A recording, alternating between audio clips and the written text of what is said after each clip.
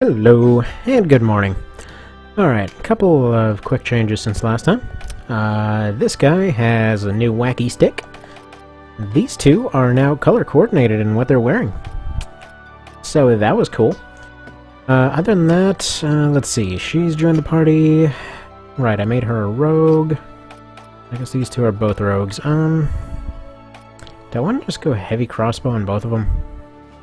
I don't want to go heavy crossbow on both of them. I don't know. Probably. Whatever, they're not going to be leveling up for a while anyway, so we'll handle all that later.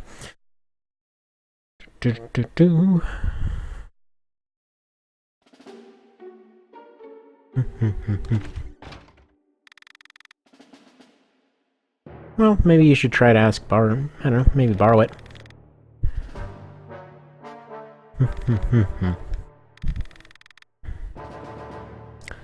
Well, that's a bit of a problem now, isn't it?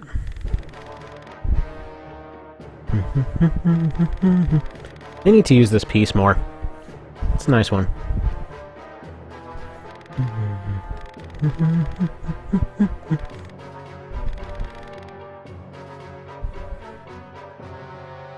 So where are these guys? Actually, wait a minute. They're in Kritinai, right?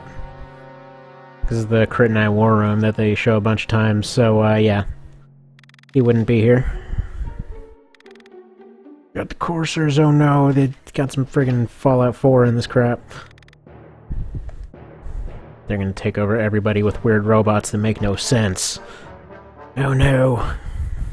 I mean, honestly, what do you think would happen?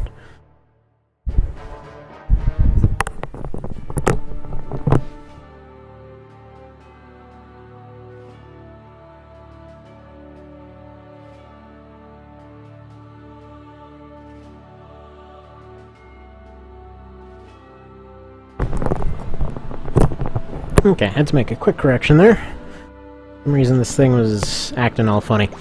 But alright, so, here's the plan. Go smack stuff. That's basically it. This fight can potentially go very badly. This one's actually where I've had a lot of the Catch-22 runs end. So it's kind of where stuff tends to get a little bit iffy. Basically, the Catch-22 runs is something I didn't end up doing many parts on, but it's a thing I had done for a base game a while ago. Essentially a challenge in which you pretty much could use any items or abilities or spells or whatever. However, everything had to be acquired on the fly. So basically absolutely nothing that absolutely nothing that you could go and buy and use at the store. Kind of led to a few awkward situations there, but it was a fun run. All right, rogues. I definitely do not want the rogues in this one. Yeah, I learned the hard way not to bring casters on this one. Got my can opener. Got this guy that's not going to do a whole lot. Got two kind of line holders and got kind of an everyman over here. Got a chucker and two rangers and some healing, so I think this will be fine.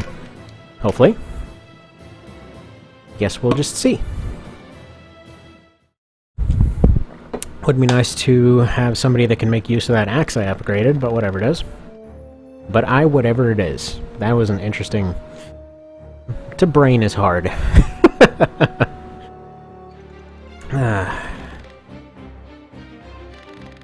Hey, apology lady. So she's here for vengeance, he's here for the money. Neither one winds up terribly happy with this arrangement.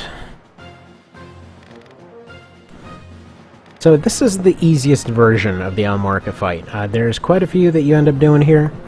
The absolute worst one's the one where you're basically fighting 4 frickin' dragons as their front line, and that mess is ridiculous.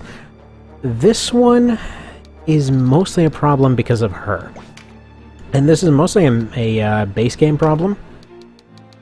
She doesn't seem to be as much of an outright just friggin' cannon as in One Vision. She does still have boosted stats, so we'll see how she is this time around.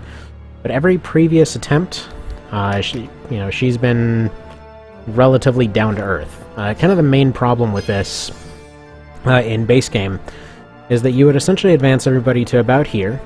There were two options. Either you retreated to the back of the bridge, or you advanced to about here, or you tried to go full ahead. So if you advanced to around here, you typically ended up getting locked in with the knights there, ended up getting shot by the archers, getting pelted by the casters, and then Remidus here, or I don't know why, it always seems like it should be Remida, whatever.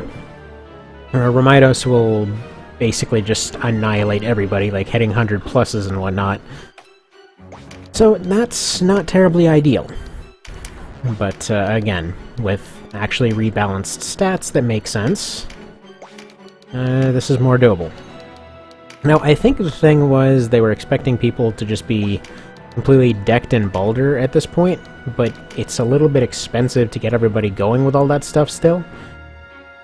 So you wound up with a situation where you had multiple archers doing brimstone hails, you had several casters and everything else. I mean, it was not trench warfare so much as artillery warfare that ended up breaking out here. A little bit problematic. But yeah, so the way that this dynamic ends up changing for One Vision, you still typically end up getting locked in with their front line, but it's more natural for Zapan to come down and actually, you know, be a normal fight. The archers are about as much of a threat as always, because they're basically unanswerable for a while. Since if you advance anybody too far, you're just asking for trouble. This is honestly even more than would be considered safe as far as advancing people goes. Honestly, trying to go for Remidus right off the bat is just plain suicidal, so I'm gonna go ahead and not do that. Well, that's just a bummer.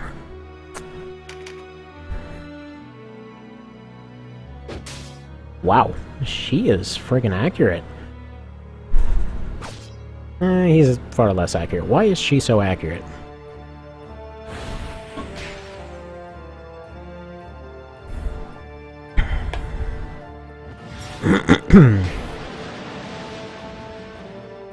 Alright, let's see here. Yeah, so they're gonna have the same thing of pelting everyone. But without absurd stat discrepancies, this shouldn't be as much of a problem. Now, seriously, why are you so accurate? Does she still get, like, the True Strike bonus despite not actually having it? That's weird.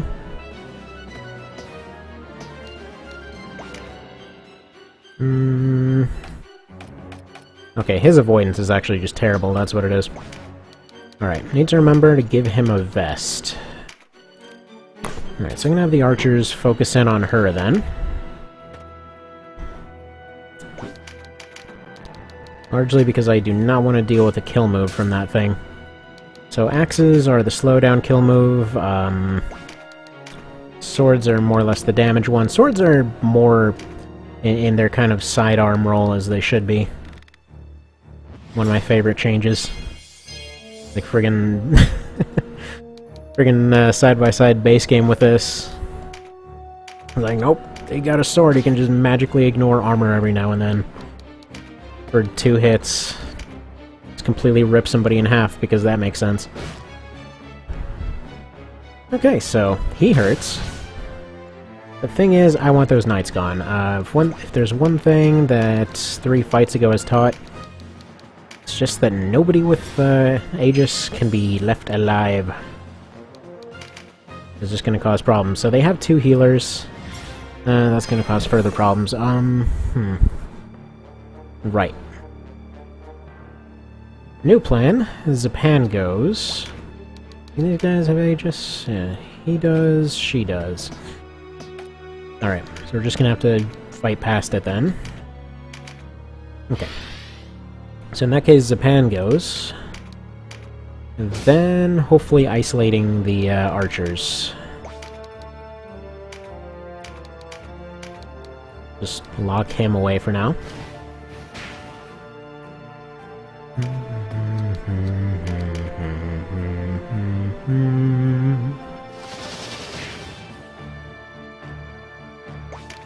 Alright.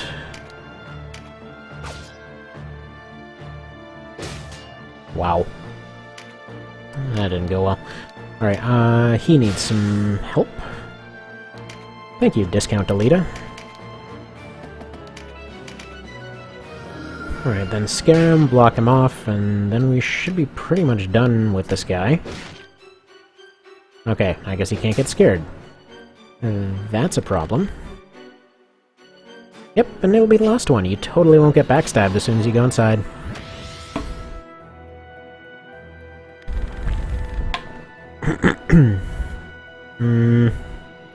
Not really sure where he would have implied that.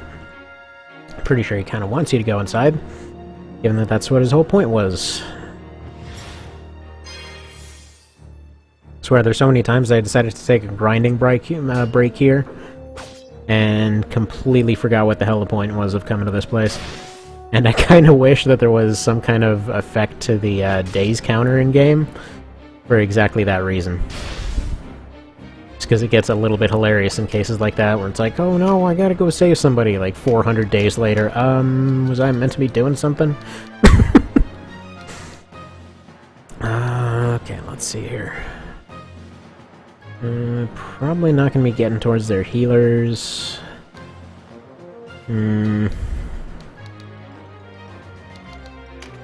Whatever. He's just gonna frontline it here.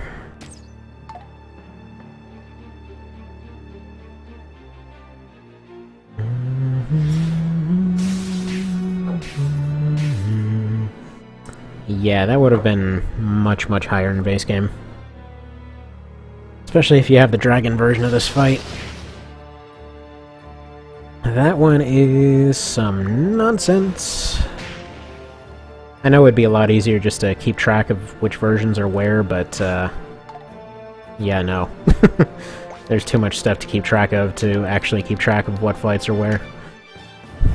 I know vaguely where they all are, but that's as far as I'm going with that. Let's move you here.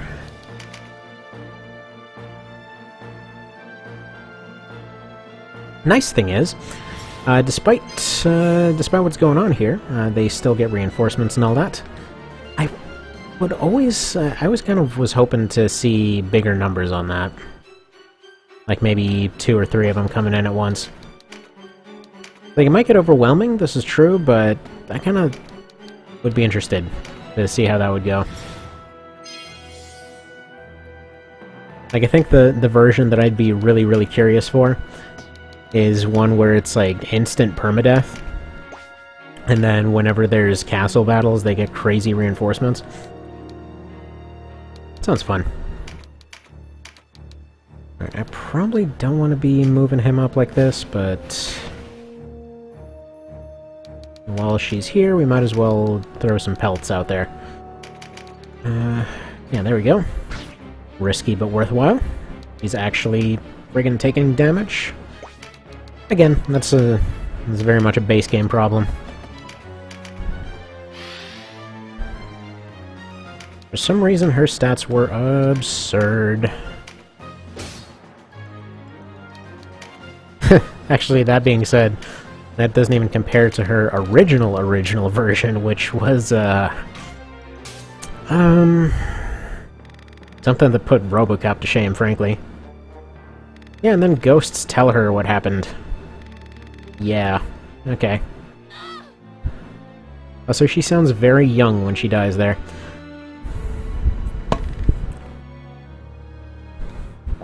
Not sure if death cries are alterable, but it would be cool to see that be something else. Although there's like a billion other priorities, so no rush.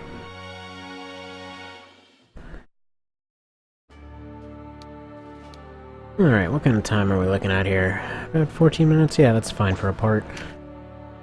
Okay, so this is all well and good. Who leveled up?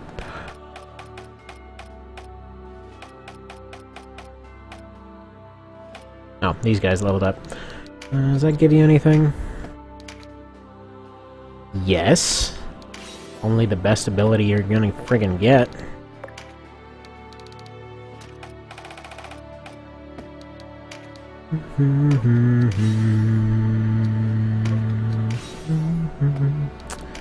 And there we go. They are friggin' amazing now. Alright, see you next part.